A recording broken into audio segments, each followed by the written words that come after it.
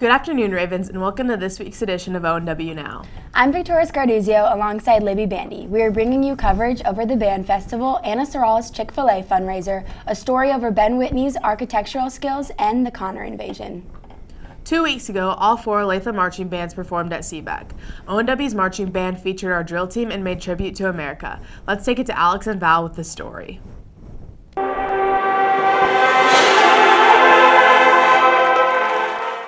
Please welcome the Raven Pride Marching Band. On October 5th, the ONW Marching Band had a band festival with Olathe North, East, and South, showing off their marching routines.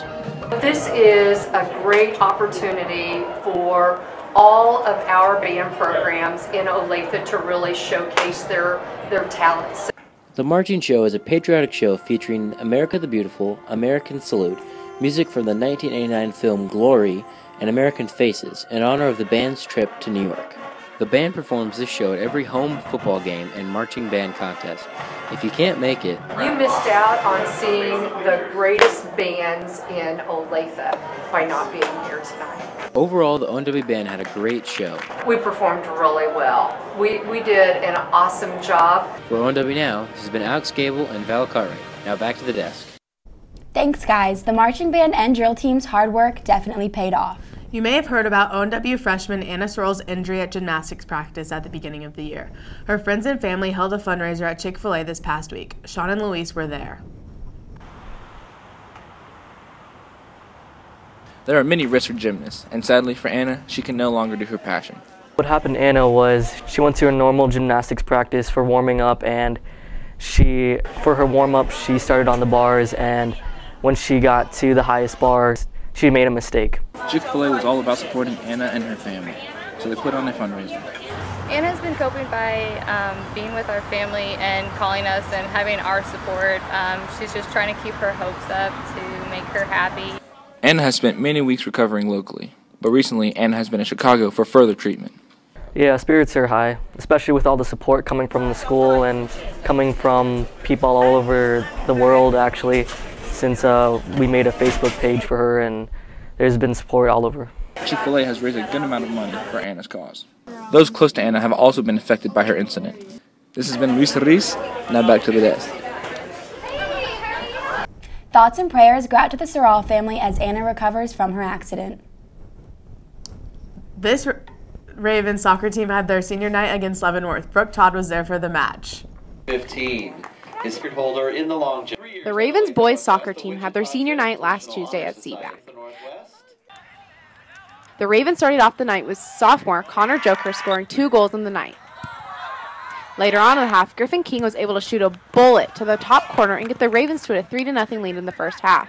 In the second half, Jack Cashman was able to push by 4 defenders and score, giving the Ravens a 4-0 lead. The last goal came off a corner from sophomore David Boschma, and senior Matt Moorfield was able to capitalize and score the 5th goal. The Ravens are now 8-4-1 in the season. Come out this Tuesday and Thursday to support the Ravens soccer team. This has been Brooke Todd. Now back to the desk. Good luck to the boys soccer team at regionals starting next Monday. The gymnastics team competed at Shawnee Mission South last week. Tanner Holland has the story. Carly Strout competed at the Varsity Invitational for the Ravens gymnastics team at Shawnee Mission South. She competed in vault, beam, floor, and bars. Come out this Saturday to show your support for the Ravens gymnastics team at Newton High School. This has been Tanner Holland. Now back to the desk.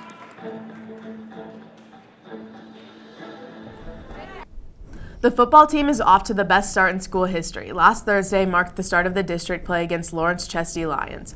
Brennan Walford was there with the story. Your 5-1 Olathe Northwest. District play started last week for the Ravens against the Lawrence Lions. Olathe Northwest tried and failed to get their running attack going all game long as they were held for less than 150 yards. The Lions running back and the fastest runner in the state, J.D. Woods, rushed for over 200 yards with 3 touchdowns, nabbing a 62-yard and 61-yard run, dominating the whole night. One of the Ravens' only upsides of the night were the 4 forced turnovers. ONW's only score of the night came off a 60-plus yard catch and run from junior quarterback Easton Crupper to junior wide receiver Elijah Rowland.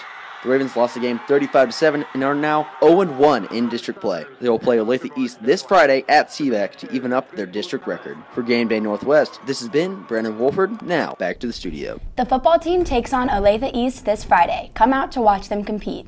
Our volleyball team is having a fantastic season. They are currently ranked number 1 in 6A and number 6 in the country. They put their record online tomorrow night at 5 at Sumner at ONW.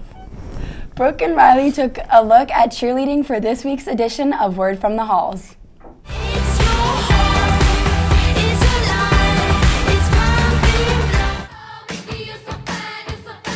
They get up in the air on top of girls' hands. They get lifted up by the other people in their stunt group.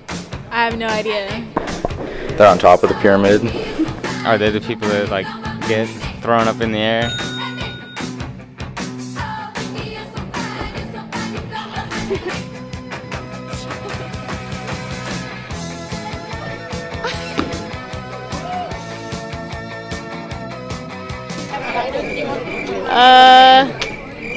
The Dallas Cowboys.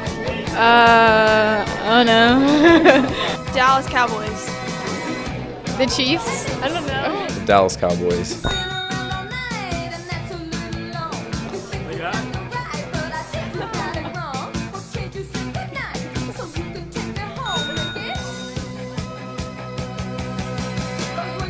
Absolutely no clue. Since Columbus sailed the ocean blue in 1492, so like add like 300 years, so like 1792. I have no idea. Was it born?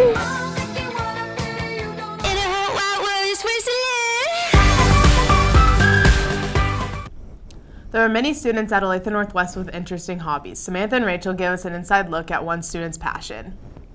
Blocks, bricks, building. Nearly everyone has played with Legos in their life, but for some it is a unique hobby to design and create. For Ben Whitney, it is a passion. Lego is so stereotyped as just a toy, and that's not what it is at all. You know, for younger kids, that's what it is.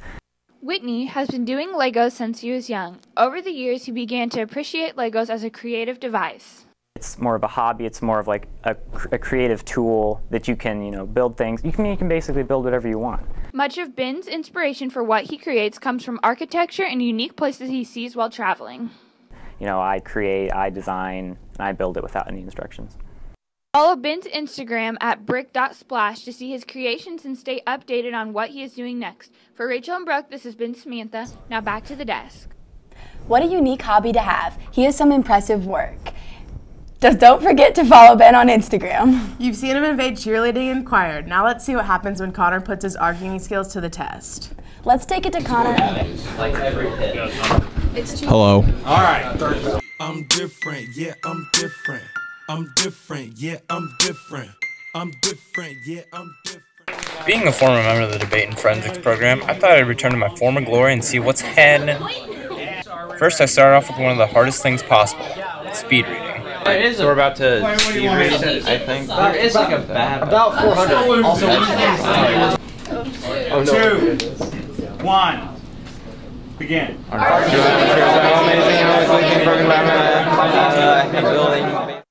One eternity later. I can't do this. Gift God, good, godly in this game with the hit 'em high, hit 'em. Oh, that is. So that was interesting. Next, I thought I'd test out my debate skills against Cameron Jones, a varsity debater. So, if it's an invasion of privacy, what if it stopped a terrorist attack or something like that? Well, what if we have too many people's information in the system to catch them in a timely manner? Oh. I don't know. that's a hypothetical. All right, let's give him a round of applause. That was interesting. Finally, I sat down with two varsity debaters, Alex Murray and Clayton Boros, to recap my experience in debate and learn some tips too. So, how do you guys think I did? I think you did really well. I think you probably had yourself trapped a little bit when you. I don't know. I think you gave too many hard answers. Yeah. Yeah. You should have left yourself a little bit of room to argue. You could do a little more research, because research is always good. We do a lot of that, so you have to really get on the research. Research would make sense, considering I just came in here today without any of the research. That makes so sense. Makes sense. As far as the speed reading, what would you say I need to work on? I think you should definitely read faster. You gotta pronounce. Put a pen. Pronunciate. Sometimes we put pins in our mouths to help the. Yeah. That just.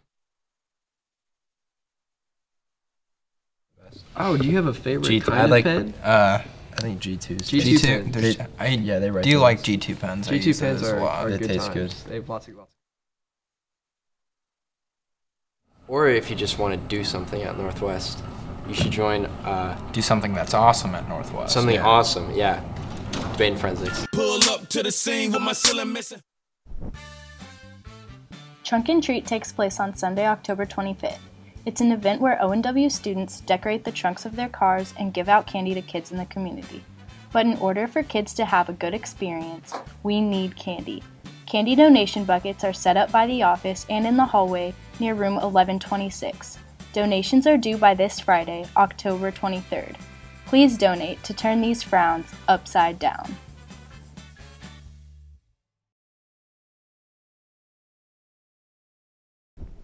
That was a good effort, Connor. Props to the debate team for being 11th in the nation this year. Finally, the week of giving is November 9th through 13th. It is a canned food drive, so have your cans ready. There will be more details in the future. That's all we have for today's edition. For Victoria Scarduzio, this has been Libby Bandy. Have a great week, Ravens.